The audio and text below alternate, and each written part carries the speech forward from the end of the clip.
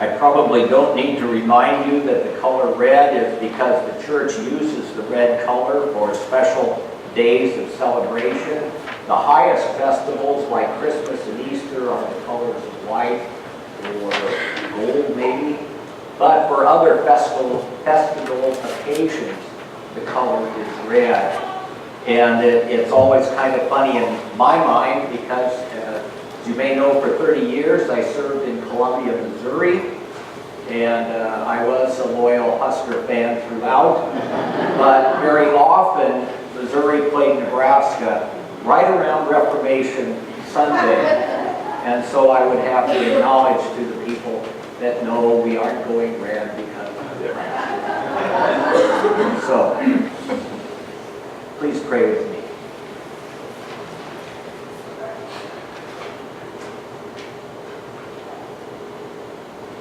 Lord, I pray that your spirit of peace, the peace that the world cannot give, may permeate our hearts and fill this gathering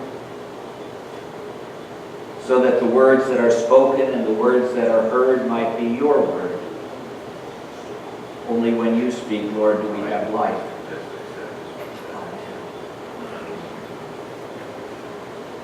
During my college days for several summers, I worked on a highway maintenance crew.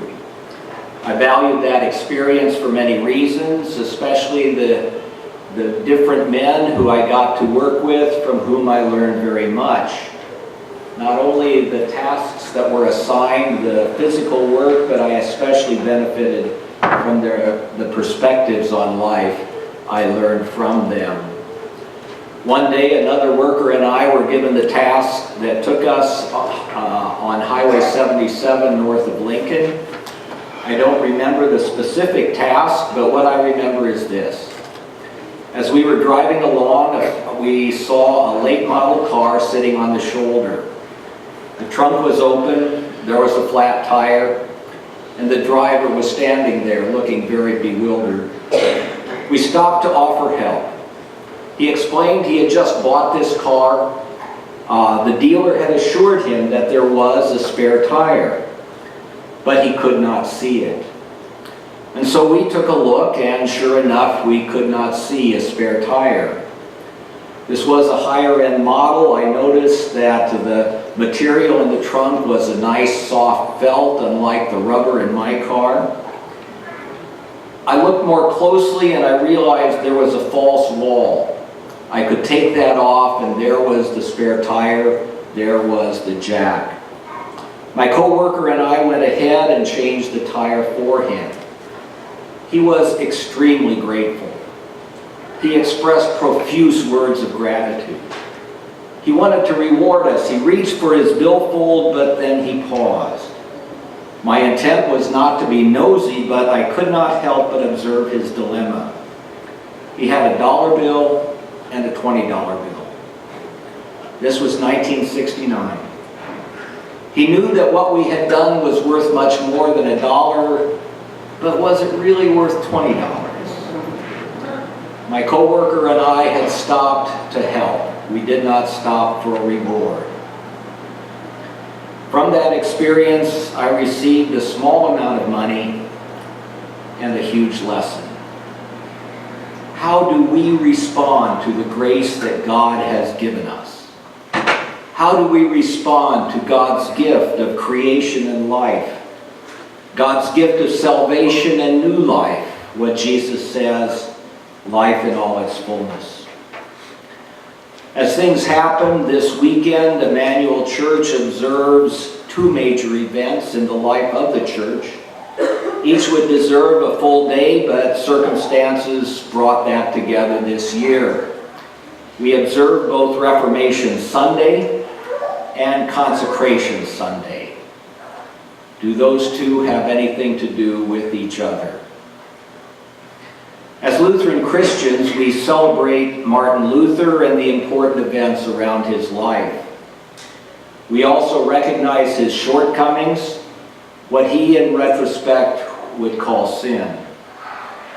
If you look at the listings of the most influential characters in human history, most often they will include Martin Luther.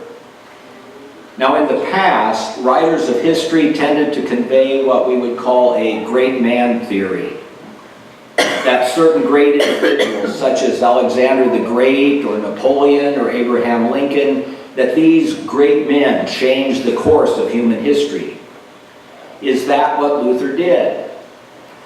Better study of history requires that we take a much wider look. We see various factors that came together at the time that Luther lived. Luther was a contemporary of Copernicus, who proposed a different view, that the world was not at the center, but rather the world was a part of the solar system. About this time, Christopher Columbus had sailed, seeking to change the understanding of how the world was formed. Historians show other factors similar to what we are facing today. Climate change. If we study the record of rainfall shown by tree rings, we see that the climate of Europe had entered a cycle that made food even less secure for most people. Job outsourcing. There was the discovery that there was a lot of gold and silver in the American continents, and that meant that the mines of Central Europe were no longer cost-effective. Miners were out of work as cheaper labor overseas was exploited. We were reminded in the trivia that at that time there was a significant invention called the printing press. And that historians and people who study human nature compare to the evolution of the internet. And how has that kind of technology of communication affected the lives of people? We can look back and see what the printing press did for society. We have not yet come to an understanding what the internet is doing to us. In human events, cause and effect is not easily determined. We simply emphasize that much was going on, causing great uncertainty, causing a heightened level of fear at the time of Martin Luther. For Luther, though, the primary question was this: how do we find peace with God? Is this a personal, individual quest for peace? Might this also be a quest in society? If you've been a long-time Lutheran, you may be familiar with the term saved by faith. As we heard in our second reading, for we hold that a person is justified by faith apart from works prescribed by law. But how does that work out in real life? What is faith really? Is faith the same as belief? Thus, Lutherans have argued about doctrine and have equated faith with a set of beliefs. And if you dig into what you're doing, you sort of suspect that they're saying we're saved because we have the correct beliefs, making the act of believing and accepting doctrine a form of work. Lutherans have had difficulty holding together faith on the one hand, and on the other hand, expectations for action.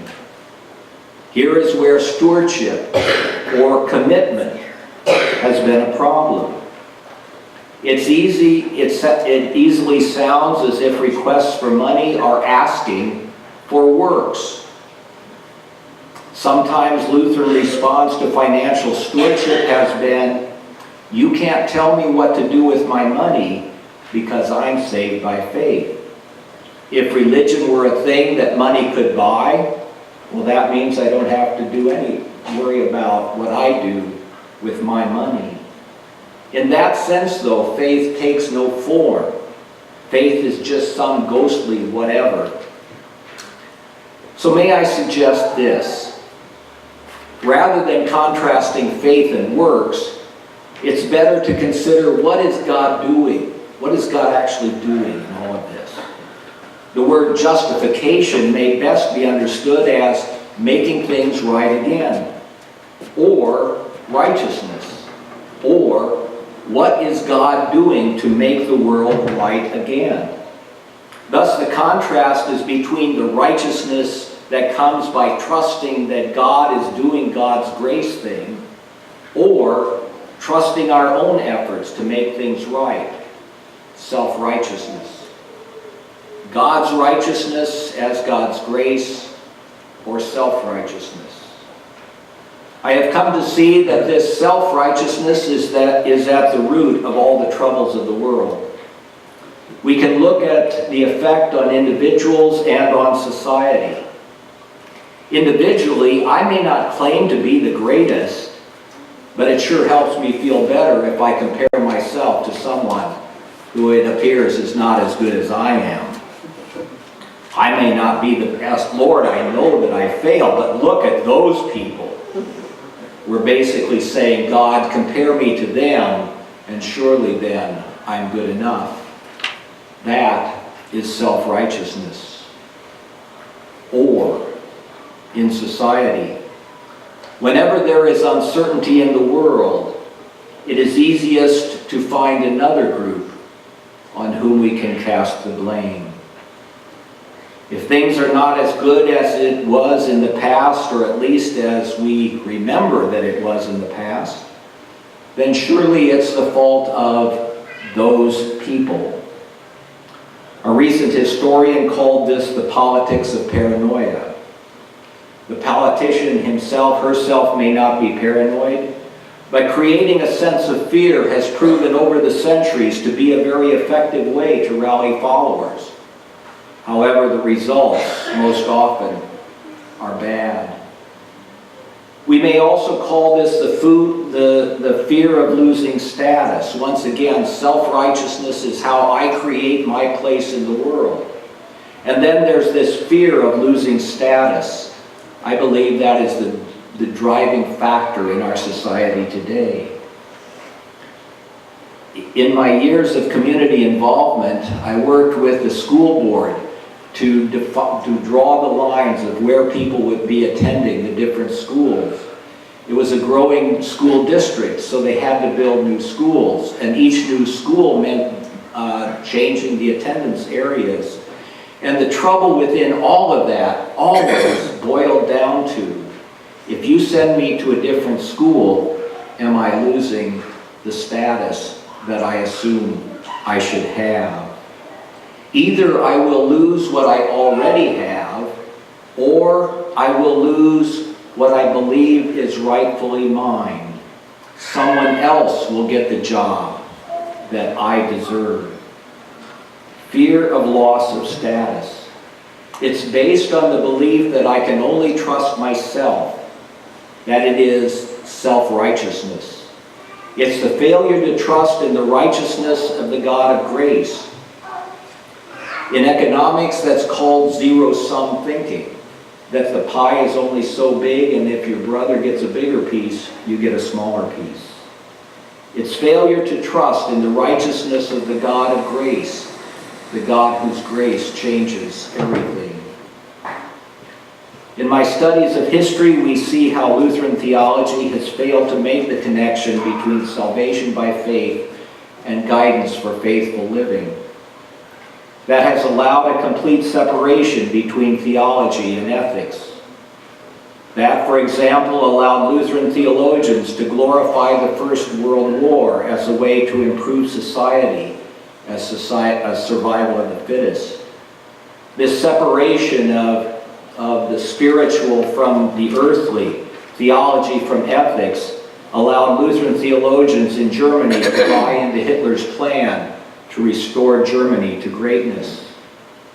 There are things in our history that we must address with honesty, and especially with another shooting in a synagogue yesterday.